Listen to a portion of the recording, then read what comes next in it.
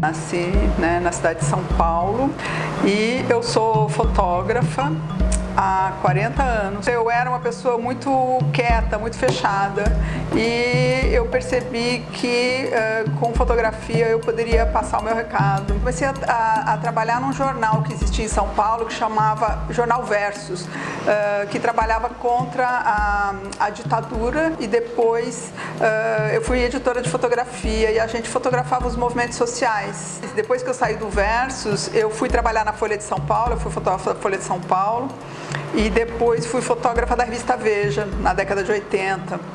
E logo saí e eu fundei com outros dois fotógrafos uma agência independente chamada Fotograma. E aí, um belo dia, eu fui fazer uma reportagem sobre o encontro de Altamira, no sul do Pará. Um protesto, na verdade, contra a construção da usina de Belo Monte. Aí eu não parei mais. Quando eu cheguei lá em Altamira, no sul do Pará, uma cidadezinha super pequena, que eu vi aquele monte de gente diferente, eu fiquei de boca aberta. Temos 305 povos diferentes, falando 180 línguas. Yanomami de Roraima, os Carajá da Ilha do Bananal, o Aurá do Xingu, Arara do Amazonas, da região lá de Belo Monte, Chavante do Mato Grosso.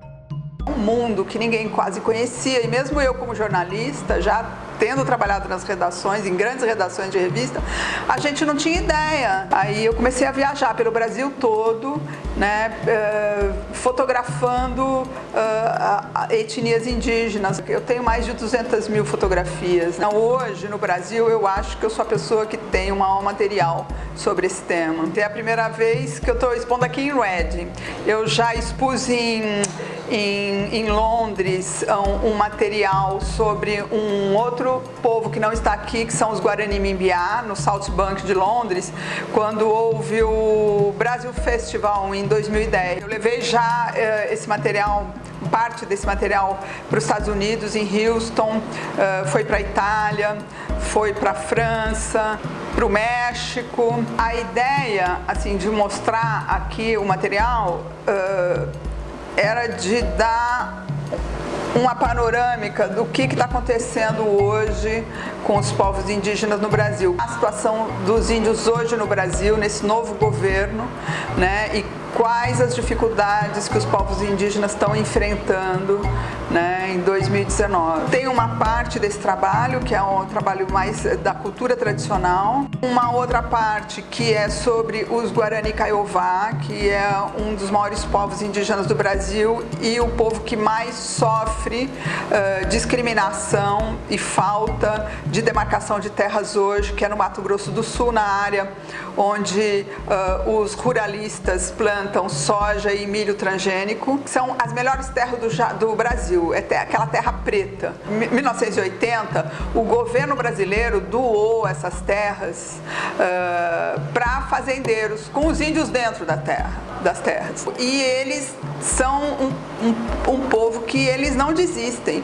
Eles são expulsos das terras e eles ficam vivendo na beira das estradas, em situações assim super precárias, super pobres, assim, sem nenhuma ajuda, nem antes da FUNAI, nem do governo. Essa menininha, ela mora com a mãe na beira da estrada. A mãe nasceu na beira da estrada.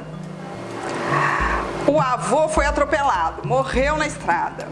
E a mãe, ela tem que atravessar esse campo de milho transgênico, né, dessa plantação, para ir dar banho na menina dentro da floresta, onde tem as nascentes de água, que antigamente eram as terras dos ancestrais dela. Os órgãos internacionais dizem que existe um genocídio silencioso, né? O nome do meu trabalho é Genocídio Silencioso. Está acontecendo uma verdadeira revolução nesses últimos 20 anos, porque aldeias que antes não tinham escolas, começaram a ter escolas. Elas estão indo para a universidade, elas estão saindo da aldeia e estão indo estudar. Tem muitos jovens fazendo mestrado e doutorado. Com a internet, com os computadores e os telefones celulares, assim, houve uma verdadeira revolução. Aquelas fotos ali é um trabalho que eu fiz com uma ONG chamada Imagem da Vida, que é de São Paulo, junto com a ONG que eu trabalhei, que eu fundei, que chamava Nossa Tribo, e a gente fazia cursos para os jovens indígenas aprenderem a usar a máquina de fotografia, fotografar e se expressar através da fotografia e vídeo também. E eles que estão levando o movimento indígena para frente hoje no Brasil. Eu pensei em fazer essa exposição aqui para falar para as pessoas aqui na Inglaterra o que está acontecendo no Brasil. As águas subterrâneas estão todas envenenadas com agrotóxico nessa região. Campo Grande, no Mato Grosso do Sul, que é uma das centrais ali na área ruralista, é a cidade que hoje mais tem casos de câncer no Brasil por causa de agrotóxicos. Eles entram cortando a floresta, mas eles já estão cortando a floresta sabendo que ali tem urânio, que ali tem ouro, que ali tem diamante. O governo brasileiro está querendo explorar essas minas, né, nessas terras. E para explorar essas minas nessas terras tem que tirar os índios, que são quem? Que são os guardiões da floresta. O Brasil não conhece o Brasil.